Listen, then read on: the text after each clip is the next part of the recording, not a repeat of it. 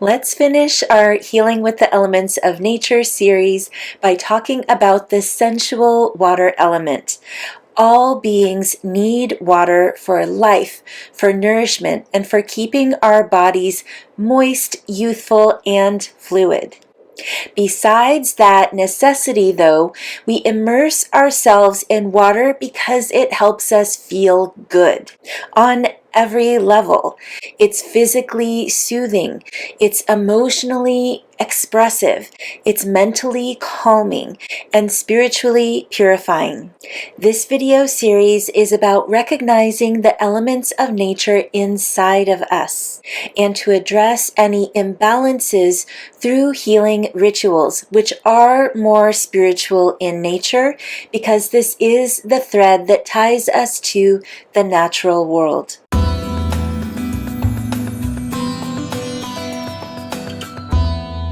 It's good to see you here again, friends. If this is your first time on this channel, I'm Brandy with Falcon Healing Arts, where I help women experience healing breakthroughs on every level of their being.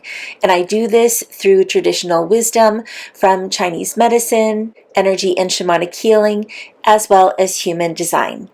Aligning with nature is an important part of all the modalities that I offer, which is why I feel that this series is very important to help with self-healing. And connecting with the water element is important right now, since it is related to our emotional health, and that is where a lot of people are needing to focus. Here's some other qualities of water. It is a yin energy, so similar to Earth that we talked about in our first video, it's more dense, it's more slow, compared to the more yang, light, quicker elements of fire and air. Water is related to our blood that should be free flowing in order for us to be healthy and well. Water is a powerful cleansing force.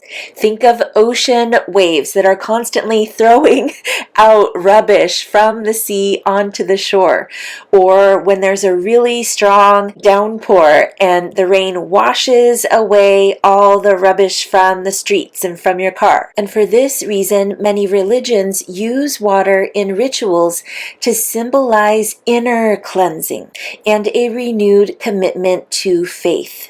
It also symbolizes a nurturing, creative energy. And thinking of the ocean again, there is so much life within it.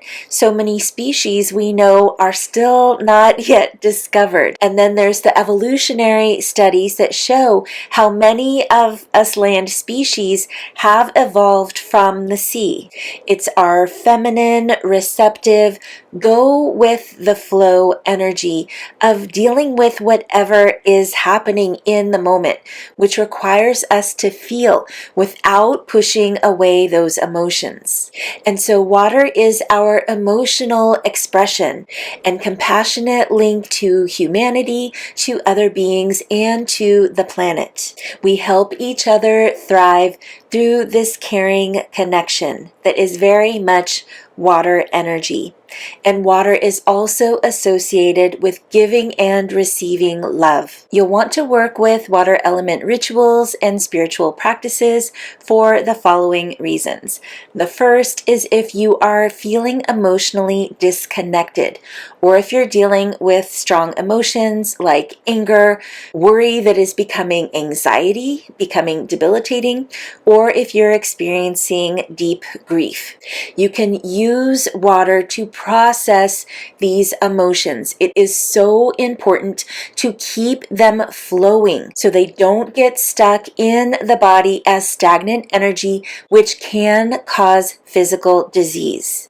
If you are having any issues with your blood or accelerated aging, where your skin is drying up, your muscles and joints are stiff and achy, this means that you need more water element in your being. So not only physical water to hydrate you, but also the energetic properties of water that help you to be free flowing and experience more joy and ease. Connect with water when you're wanting to develop your intuition, especially with clairsentience. So that is the psychic skill of being able to feel others' emotions. So being more empathic in nature. In order to be able to feel what others are feeling, you need to be willing to feel your own emotions first. Water rituals are very helpful for cleansing the old. So cleansing any old beliefs, habits, ways of being that you're ready to let go of. So very similar to the fire element in that way, that it is a powerful element of renewal. Water can be used to honor your spiritual essence and your life path. So you can use it like a blessing. Use water to bring more joy and play into your life.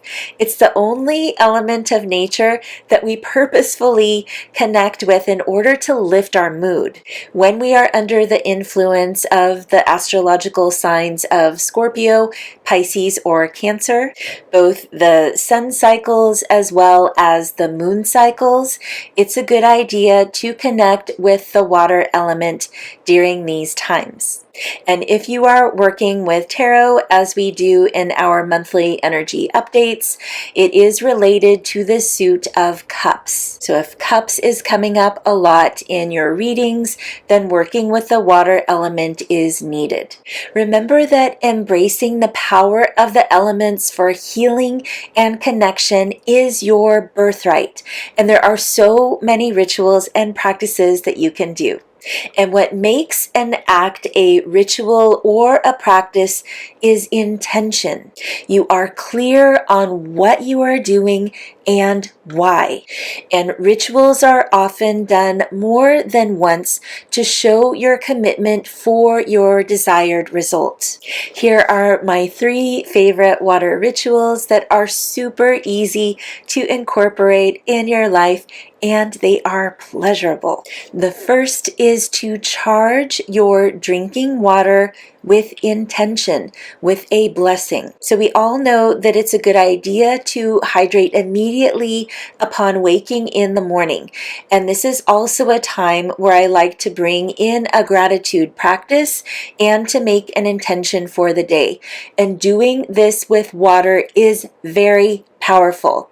We know there are studies that words can affect water molecule structure. There is actual science behind the effects of holy water.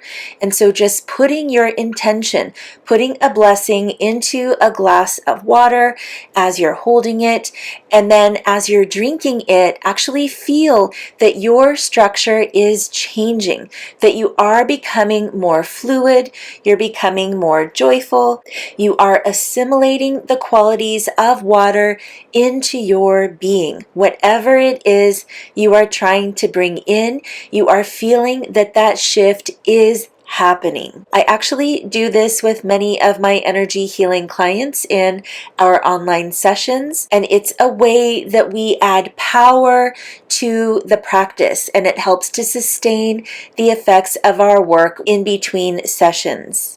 So you can have that intention as well to feel more whole, to feel more powerful, but you need to be fully receptive to this new benevolent energy. The second is my favorite. It is taking a cleansing bath. This also applies to flotation therapy. So with a bath, you can relax and renew with therapeutic grade essential oils and Epsom salt that you place into the bath. Remember, intention is key. So making an intention as you're filling the bath up, as you're choosing certain essential oils, which also changes the structure of the water. This is going to affect your experience. Now with flotation therapy, you may not be able to do that, to add the essential oils, but there is still quite a lot of salt, which is also very therapeutic and accentuates the benefits of water therapy. There was a time when I was doing flotation therapy quite a lot. I wrote a blog post about it, so I will link that up in the description below if you want to hear more about it. When you are soaking either in a bath or in the flotation device or room, it's a good idea, especially if you are coming into it with a lot of stress, with a lot of overwhelm, or just a lot of negativity, to make sure that you are relaxing without any external stimuli. So you're not bringing your device into the room with you. You're not watching a show while you're taking a bath, or even I love listening to audiobooks. When you are trying to process by using the element of water, we want to feel. We want to give ourselves space. So letting the mind relax, get into the body, and then witness all the feelings that need to come out. That is much harder to do if you are distracted with an external device.